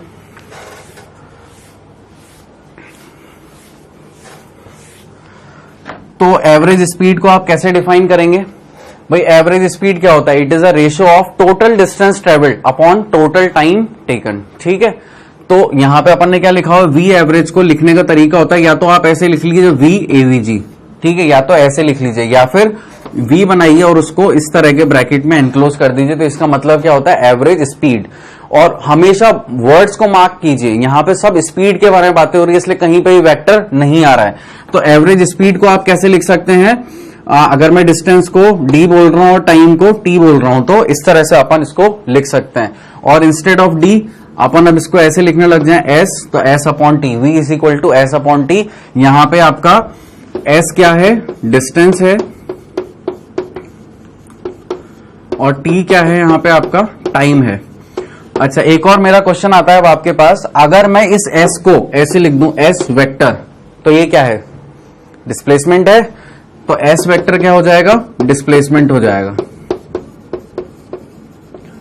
यानी कि अगर आपको एवरेज वेलोसिटी कोई बोले निकालने के लिए, तो आप क्या लिख सकते हैं? v के ऊपर वेक्टर लगाया और इसको इस तरह के ब्रैकेट में एनक्लोज कर दिया, तो ये क्या हो गया? Average velocity. तो एवरेज वेलोसिटी क्या हो जाएगा? Total displacement travel upon total time taken, यानी कि s vector upon time t। अब t को कैपिटल रख लीजिए, स्मॉल रख लीजिए, यहां पे अपन ने कैपिटल लगाया तो इसको अपन कैपिटल ले लेते हैं। तो ये आपका क्या हो गया एवरेज वेलोसिटी। ऑल्दो अपन हर एक चीज को आगे फिर से लेंगे, तो ये अपना क्या हो गया एवरेज स्पीड। ठीक है, नोट कीजिए आप यहां तक। अब इसके बाद अपन एक और चीज देखेंगे, इंस्टेंटेनियस स्पीड।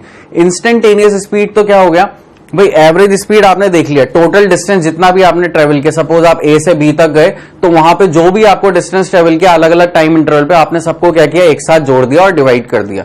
अब इंस्टेंटेनियस स्पीड क्या होती है, आपको इसका बेस्ट एग्जांपल देता हूं। आप लोग बाइक चलाते हैं, कार चलाते हैं, तो उसके अंदर क्या होता है, स्पीडोमीटर होता है, उसमें बीच में तो आपका डिस्टेंस आ रहा होता है कि गाड़ी कितने चली है। तो वो डिस्टेंस क्या होता है, वो उसका जिस दिन से वो गाड़ी बनी है उस दिन से अभी तक का उसका डिस्टेंस नोट होता जाता है ना। तो वहां पे क्या आती है, रीडिंग डिस्टेंस की। लेकिन वहां पे एक स्पीडोमीटर होता है, इसमें एक सुई होती है, घूमती रहती है, जैसे जैसे आप स्पीड बढ़ाते हैं। तो जब भी आप उसके अंदर देखते हैं और आपको कोई ना कोई स्पीड दिखती है कि भाई अभी 40 किलोमीटर पर आवर से चल रही है, 50 से चल रही है, 60 से चल रही है, तो वो क्या होता है, वो उस इंस्टेंट पे होता है। भाई आप जैसे ही उस इंस्टेंट पे देखते हैं तो आपको क्या दिखती है, वो इंस्टेंटेनियस स्पीड। ठीक है, बहुत से बच्चे यहां पे कंफ्यूजन कर जाते हैं कि नहीं वो इंस्टेंटेनियस वेलोसिटी है या एवरेज स्पीड है या कोई ना कोई और उसको बोल देते हैं, लेकिन वो एक्चुअल में होती क्या है, इंस्टेंटेनियस स्पीड। इंस्टेंटेनियस स्पीड माने उस इंस्टेंट पे आपको देखना। भाई अपन जब एवरेज स्पीड देख रहे थे तो वहां तो क्या था, ए से बी, तो ए से बी में तो क्या हो रहा था, आपको कुछ ना कुछ टाइम लग रहा था जो कि मेजरेबल था। हालांकि इंस्टेंटेनियस में भी वो टाइम मेजरेबल है, लेकिन जो विंडो थी वो बहुत छोटी हो गई है उस इंस्टेंट पे। अभी आप चल रहे हैं और उस इंस्टेंट पे आपको चाहिए, यानी कि एक एक सेकंड पे भी अगर आपको चाहिए तो वो आपका क्या होगा, टाइम जो विंडो होती है डेल्टा टी बहुत छोटा हो जाता है। यानी कि आप क्या कर रहे थे वहां पे कैलकुलेट वी इंस्टेंटेनियस, यानी कि मैं क्या लिख रहा हूं, आप इंस्टेंटेनियस स्पीड, तो उसको रिप्रेजेंट करते हैं अपन इससे VINST। ठीक है, तो ये अपना क्या होता है, change in position with respect to time, ये अपनी स्पीड की डेफिनेशन है। तो चेंज को मैं रिप्रेजेंट करता हूं किससे, डेल्टा एक्स से।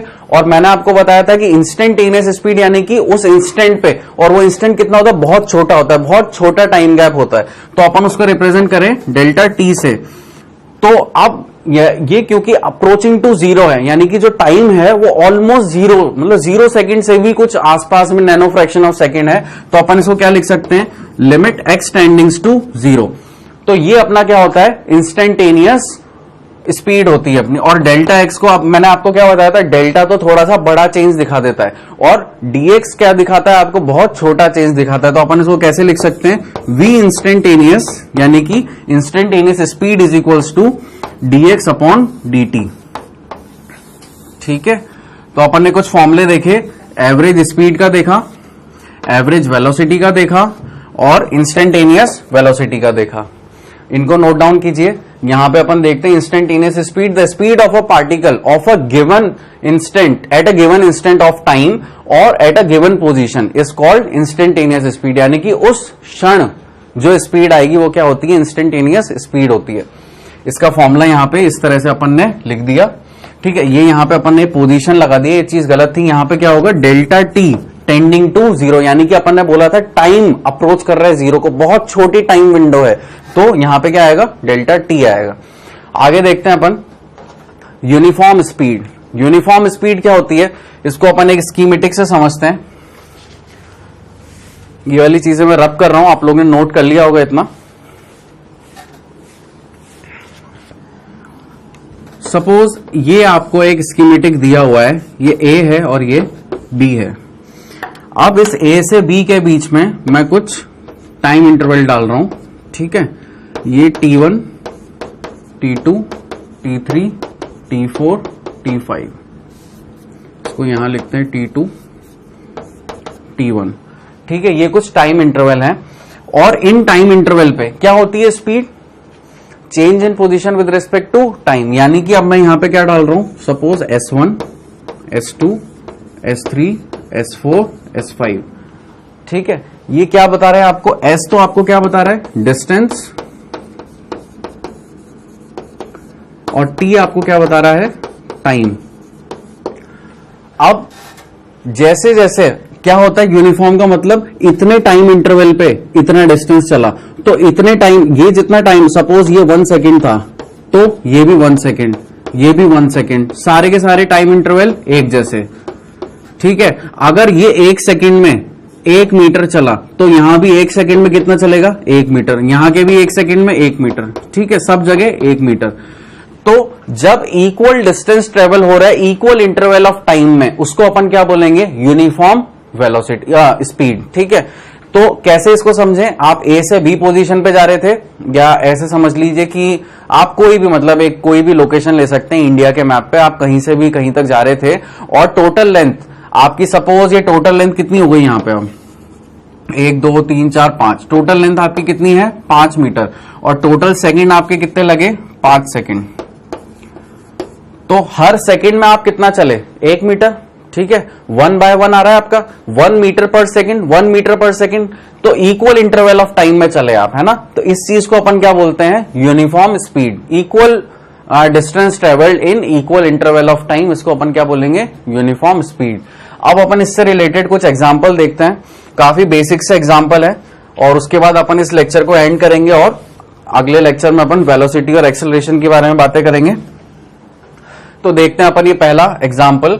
मैं इस एग्जाम्पल आगे अपन जो एग्जाम्पल लेंगे उन सब के लिए मैं आपको एक साथ ही लिखा देता हूं यहां पे कि एस तो क्या है, डिस्टेंस है, ठीक है, और अगर S1 बोल दिया तो यानी कि इनिशियल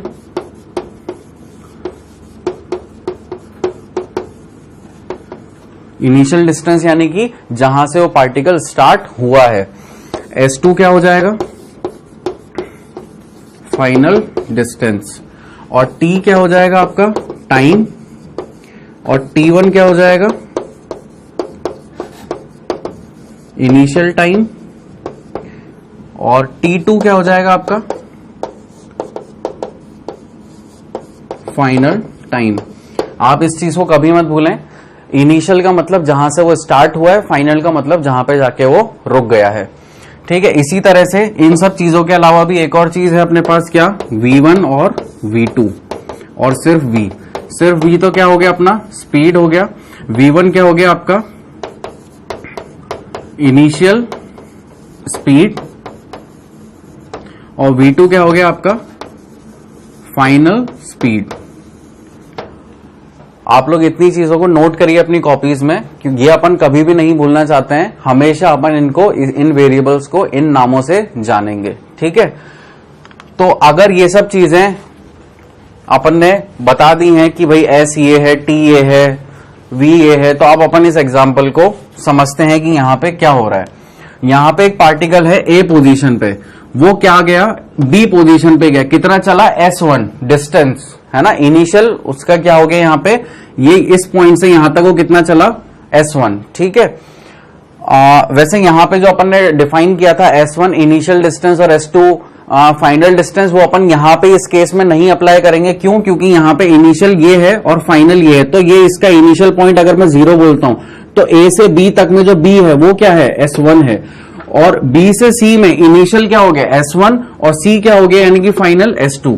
लेकिन अगर आपको एक ऐसी लाइन दी हुई होती A से B और बोला क्या होता है इसका डिस्टेंस क्या है S1 है, तो यहां पे इनिशियल क्या है, ये 0 है, और ये क्या हो गया आपका S1I, ये आपका क्या हो गया 0, और S1F आपका कितना हो गया S1, ठीक है। इस तरह से अपन इसको रिप्रेजेंट करते हैं। तो यहां पे देखिए आपको क्या दिया हुआ है कि A पोजीशन से B पोजीशन तक आप गए और कितना चले आप S1, कितने टाइम में, T1 टाइम में, फिर B से C गए आप कितने में, S2 में, और कितने टाइम में, T2 टाइम में। तो अब यहां पे आपको क्या फाइंड आउट करना है, V एवरेज, या फिर इसको मैं और कैसे लिख सकता हूं, V यानी कि एवरेज स्पीड आपको यहां पे कैलकुलेट करनी है। अगर एवरेज स्पीड आपको यहां पे कैलकुलेट करनी है तो आप इसको कैसे कैलकुलेट करेंगे, आपको फॉर्मूला पता है, फॉर्मूला क्या है अपना, total distance travelled upon total time. तो अपन फॉर्मूला लिखते हैं अपना यहां पे,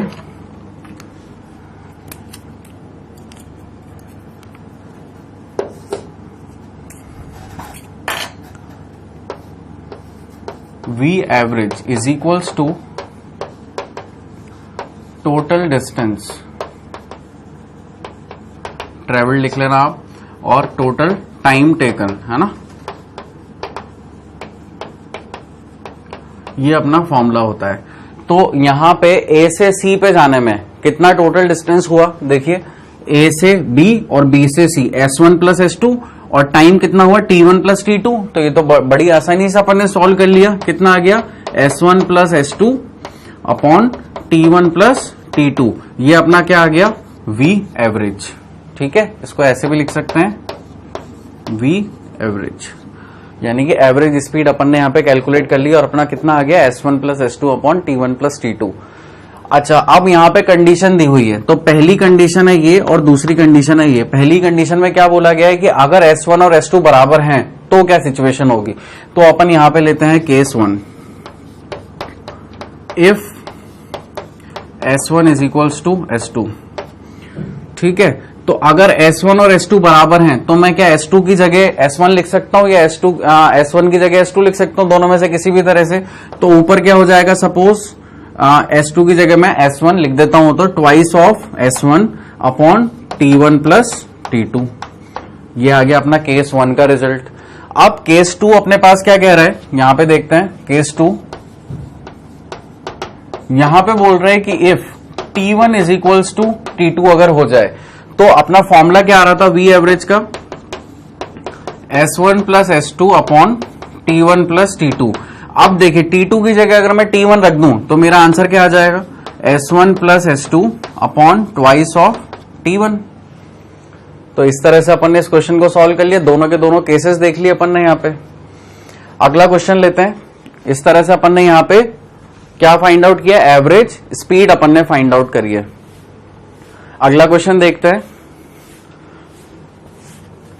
तो अगले क्वेश्चन में क्या हो रहा है, अब यहाँ पे कुछ पहले की तरह ही है, लेकिन यहां पे क्या हो गया, डिस्टेंस की जगह अब क्या आ गया, वेलोसिटी आ गया। बेसिकली ये क्वेश्चन कराने से मेरा मतलब है आपको प्रोफाइल दिखाना कि किस किस प्रोफाइल के क्वेश्चन आ सकते हैं। तो प्रोफाइल 1 अपन ने देख ली जिसमें डिस्टेंस और टाइम अपने को दिया हुआ था। अब अपन देख रहे हैं जिसमें वेलोसिटी और टाइम अपने को दे रखा है। भाई अपना अगर सीधे शब्दों में एक लेमैन्स वर्ड में अगर मैं आपको एक बात बोलूं तो अपना वेलोसिटी जिसको अपन सपोज v से रिप्रेजेंट करते थे, होता क्या है, velocity is equals to distance upon time होता है।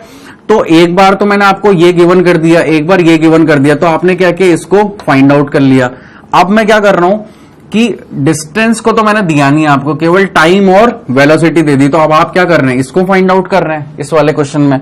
ठीक है, तो अब देखिए यहां पे क्या हो रहा है, यहां पे भी अपने को क्या फाइंड आउट करना है, v एवरेज, या फिर इस तरह से अपन इसको लिख सकते हैं। तो कैसे लिखेंगे अपन इसको, देखिए फॉर्मूले में अपने मैं डायरेक्ट लिख रहा हूं अब v एवरेज, यानी कि average speed is equals to total distance. तो टोटल डिस्टेंस अगर मैं बोलूं कि S1 है और S2 है, तो देखिए अगर ये A से B तक V1 स्पीड से चला और T1 टाइम में, तो यहां पे मुझे S1 पता करना होगा और यहां पे मुझे S2 पता करना होगा। और speed is equals to distance upon time होता है, तो S इज इक्वल्स टू क्या हो जाएगा, VT कुछ होगा इस तरह के फॉर्मेट में, यानी कि S1 कितना होगा, V1 T1 और S2 कितना होगा, V2 T2। ठीक है, तो मैं यहां पे क्या लिख सकता हूं, S1 plus S2 upon T1 plus T2। ये मेरी क्या हो गई, एवरेज स्पीड आ गई। अब S1 की वैल्यू मुझे पता है कितनी है, V1 T1 plus V2 T2 upon T1 plus T2। अब देखिए मैं यहां पे कुछ कॉमन ले सकता हूं क्या, नहीं, कुछ भी कॉमन नहीं ले सकता, T1 T2 भी कैंसिल आउट नहीं हो सकते हैं, तो इसको मैं इसी तरह से रहने दूंगा। अब अपन देखते हैं अपना पहला केस, ये अपना पहला केस है और ये दूसरा केस है। यहां पे क्या बोला गया है कि V1 और V2 बराबर हैं, तो अपन लेते हैं अपना केस 1, जहां पे क्या दे रखा है, if V1 is equals to V2। तो V1 और V2 अगर बराबर हैं तो V2 की जगह मैं V1 लिख देता हूं, तो क्या होगा, V1 T1 plus V1 T2 upon T1 plus T2। अब यहां से V1 कॉमन आ गया, तो अंदर क्या बचा, T1 प्लस T2 और नीचे भी क्या आ गया, T1 प्लस T2। क्या ये आपको दिख रहा है यहाँ पे नीचे का पार्ट। तो अब अपन क्या करेंगे, देखिए ये यहाँ पे कैंसिल आउट हो जाएंगे T1 और T2, तो बचा क्या, केवल V1, यानी कि अपन क्या लिख सकते हैं, केस 1 के लिए जो एवरेज स्पीड आई वो कितनी आ गई, V1 आ गई। ठीक है, फिर अपन देखते हैं आगे अगला केस जहां पे T1 और T2 बराबर दे रखे हैं। तो ये वाला पार्ट में यहां से रब कर देता हूं। तो यहां पे अपने को V एवरेज निकालना है। तो अपनी इक्वेशन क्या थी, V1 T1 plus V2 T2 upon T1 plus T2। अब अगर T1 और T2 आपस में बराबर हैं तो V1 T1 plus V2 T1 upon twice of T1, इस तरह से लिख सकता हूं। अब यहां पे देखिए इधर अगर मैं T1 को ऊपर से कॉमन ले लूं तो क्या बचेगा, V1 प्लस V2 और ये T1 upon twice of T1। तो यहां पे T1 से T1 कैंसिल आउट हुआ और बचा क्या, V1 प्लस V2 अपॉन 2। ये अपना क्या आ गया, एवरेज स्पीड आ गया। तो इस तरह से अपन ने क्वेश्चन नंबर 2 किया। ये अपनी अगली प्रोफाइल थी जिसमें वेलोसिटी और टाइम दिया हुआ था, डिस्प्लेसमेंट फाइंड आउट करके अपन ने फॉर्मूले में अरेंज किया और एवरेज स्पीड निकाली। अब अपना एक और प्रोफाइल है। अब यहां पे भी आप ध्यान से देखिए तो यहां पे क्या हो रहा है, यहां पे आपको डिस्टेंस और स्पीड दी हुई है, ठीक है, डिस्टेंस और स्पीड दी हुई है और आपको अब क्या निकालना है, यहां से टाइम निकालना है। और टाइम निकालने के बाद आपको क्या करना है, एवरेज स्पीड फाइंड आउट करनी है। यहां पे भी V एवरेज या ये आपको फाइंड आउट करना है। तो सबसे पहले अपन टाइम निकालेंगे, अपना वही बेसिक फॉर्मूला कि speed is equals to distance को भी S अपॉन T, तो T कितना हो जाएगा, डिस्टेंस अपॉन स्पीड, ठीक है। अगर ऐसा है तो यहां पे T1 क्या आ जाएगा, S1 अपॉन V1 और यहां पे T2 क्या आ जाएगा, S2 अपॉन V2। सब लोग सेटिस्फाइड है इतनी बात से कि ऐसा ऐसा होगा। अगर ऐसा होगा तो अब अपने को क्या लिखना है यहाँ पे, V एवरेज यानी कि एवरेज स्पीड, तो वो कितना हो जाएगा अपना S1 plus S2 upon T1 plus T2।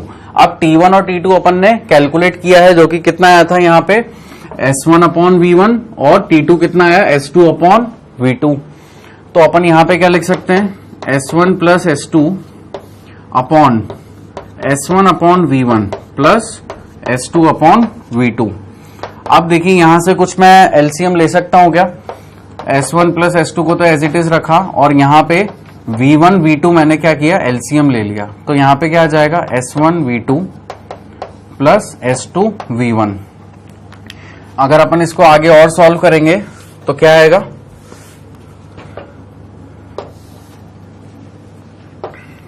S1 plus S2 V1 V2 upon S1 V2 plus S2 V1। ये अपना क्या आ गया, इसका एवरेज स्पीड आ गई, ठीक है। अब यहां पे भी देखिए अपने को दो केसेस दिए हुए हैं। पहला केस है क्या, जब S1 S2 के बराबर हो जाए, और दूसरा केस क्या दिया हुआ है, जब V1 V2 के बराबर हो जाए। तो अपन अपना लेते हैं पहले केस 1 जिसमें S1 किसके बराबर है, S2 के बराबर है। अगर ऐसा हो रहा है तो देखिए यहां पे क्या हो जाएगा, twice of S1 V1 V2 upon यहां पे S2 की जगह मैं S1 रख दूंगा तो S1 कॉमन आ जाएगा और यहां पे क्या हो जाएगा, V2 प्लस V1 हो जाएगा। तो देखिए कुछ कैंसिल आउट हुआ, S1 से S1 कैंसिल आउट हुआ और मेरे पास आंसर क्या बच गया, यहां पे लिख देता हूं मैं इसका आंसर। तो आंसर देखिए अपना क्या आ गया, twice of V1 V2 upon V2 plus V1। ये अपना क्या आ गया, एवरेज स्पीड आ गया। कब, जब S1 और S2 बराबर थे। अब अपना अगला केस है क्या, जब V1 और V2 बराबर हो। अगर V1 और V2 आपस में बराबर है तो देखिए क्या सिचुएशन होगी, यहां पे लिखते हैं अपन केस 2 और V2 is equals to V1। तो V एवरेज की अपनी इक्वेशन क्या आ रही थी, यहां से अपन देख सकते हैं V एवरेज की अपनी इक्वेशन आ रही थी S1 plus S2 into V1 V2 upon S1 V2 plus S2 V1। ये अपनी इक्वेशन आ रही थी। अब इसमें अपन क्या पुट करेंगे, S1 is equals to V2 is equals to V1। अपन इसमें ये पुट करेंगे तो देखते हैं अपना क्या आंसर आएगा। यहां पे S1 plus S2 into twice of V1। यहां पे V2 की जगह मैं V1 लिख सकता हूं तो ट्वाइस ऑफ V1 हो जाएगा और ट्वाइस ऑफ V1 होगा V1 स्क्वायर होगा, ठीक है। तो ये क्या हो जाएगा, V1 का स्क्वायर हो जाएगा। फिर यहां पे देखिए S1 V2 तो यहाँ पे मैं लिख सकता हूं S1V1 प्लस S2V1। तो यहाँ पे नीचे क्या कॉमन आ जाएगा, V1 कॉमन आ जाएगा और अंदर क्या बचेगा, S1 प्लस S2। तो यहाँ पे भी देखिए कुछ चीजें कैंसिल आउट हो रही हैं, एक V1 से एक स्क्वायर चला गया और S1 प्लस S2 से S1 प्लस S2 गया। तो V एवरेज यहाँ पे कितना आ गया अपने पास, V1। ठीक है, तो ये कुछ चीजें हैं जो अपन ने यहाँ पे सॉल्व करी। तो आज के लेक्चर में अपन यहां तक की चीजें देखेंगे। अपन ने आज डिस्टेंस की बात करी, डिस्प्लेसमेंट की बात करी और स्पीड की बात करी। थोड़ी बहुत बात अपन ने वेलोसिटी की भी करी। 4 पैरामीटर आज अपन ने डिस्कस किए। नेक्स्ट लेक्चर में अपन वेलोसिटी के बारे में थोड़ा और डिटेल वे में बात करेंगे। और एक और चीज जो मैंने आपको बताया था, डिस्टेंस और डिस्प्लेसमेंट का फॉर्मूला, कि कैसे वहां पे integration of V D T हो रहा है और कैसे integration of V vector D T हो रहा है डिस्प्लेसमेंट में और डिस्टेंस में। तो ये मैं आपको कैसे हो रहा है मैं आपको बताऊंगा आगे जाकर के। अपन ने वेलोसिटी के स्पीड के केस में तो देख ही लिया, इंस्टेंटेनियस स्पीड अपनी कितनी आई थी, dx बाई dt। तो v is equal to dx by dt आया। तो दोनों की दोनों कैसी थी, स्केलर क्वांटिटी थी। अपन ने v को क्या लिया था वहां पे, जब वो स्केलर क्वांटिटी तो v क्या होगा, एक मैग्नीट्यूड होगा। और मैग्नीट्यूड कैसे लिखते हैं अपन एक वेक्टर का, under root of vx square plus vy square plus vz square. तो अपन ने इस तरह से डिस्प्लेसमेंट लिखा। सिमिलरली डिस्प्लेसमेंट भी अपन ने देख लिया था। तो आज के लेक्चर में अपन इतना ही देखेंगे, ठीक है।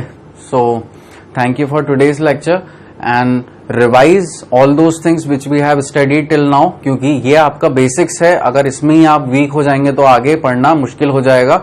और थोड़ा सा रिवीजन करके आइएगा, एक्सेलरेशन के बारे में पढ़ के आइएगा कि एक्सेलरेशन क्या, किस चिड़िया का नाम है, ठीक है। और एक और चीज जो मैं आपको हमेशा बोलता हूं कि practice makes a man perfect, लेकिन इसमें भी एक क्लॉज है भैया, perfect practice makes a man perfect. इसलिए प्रैक्टिस जो करिए एकदम परफेक्ट तरीके से करिए, ठीक है। So thank you for today's lecture, hope you will enjoy your learning part. Bye.